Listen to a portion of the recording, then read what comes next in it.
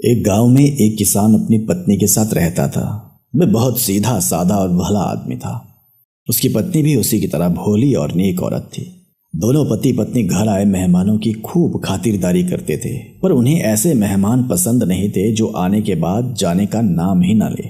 वे चाहते थे कि मेहमान आए मगर 1-2 दिन रुककर वापस चले जाएं। मेहमान अगर ज्यादा दिन रुक जाते थे तो उन्हें बहुत ज्यादा खर्च और परेशानी उठानी पड़ती थी।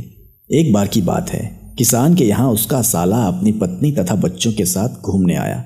किसान और उसकी पत्नी बहुत खुश हुए। दोनों ने उन लोगों की अच्छी खातिरदारी की।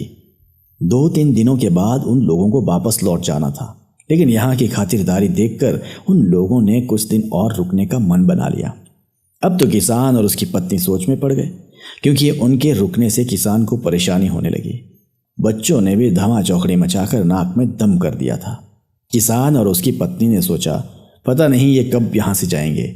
1 सप्ताह के बाद भी जब उन लोगों ने लौटने का नाम नहीं लिया तो किसान ने एक उपाय सोचा।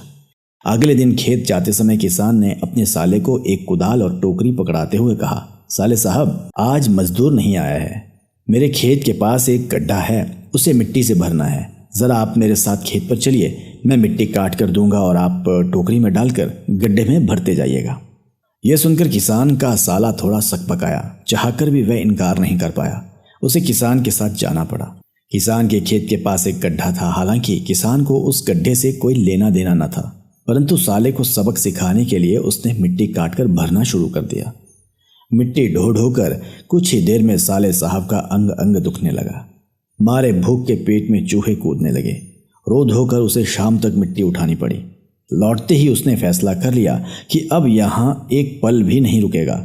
उसने अपनी पत्नी को वापस चलने की तैयारी करने को कहा तो वो बोली, अभी क्या जल्दी है, अभी और 4-5 दिन रुको ना, इतनी खातिरदारी हो रही है हमारे यहाँ। उसने मुंह बिगाड़ कर कहा, खातिरदारी हो रही है? मुझे नहीं रुकना यहाँ, तुम्हें रुकना है तो महीने भर रुको, मैं तो कल सुबह ही यहाँ से चला जाऊँगा।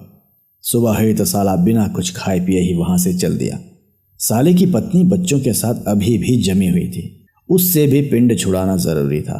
अगले दिन किसान की पत्नी झूठ मूठ कराती हुई बोली, भाभी, मुझे आज बुखार चढ़ाया है, मैं आज कोई काम न कर सकूंगी, खाना भी नहीं बना सकूंगी। साले की पत्नी बोली, कोई बात नहीं, तुम आराम करो, मैं खाना बना लेती हूँ। ये कहकर वह उठी और रसोई में जाने लगी। रुको भाभी, किसान की पत्नी ने उसे रोकते हुए कहा, खाना बाद में बनाना, पहले घर द्वार की झाड़ू से सफाई कर लो। कुछ गंदे कपड़े पड़े हैं, उन्हें भी धो डालना।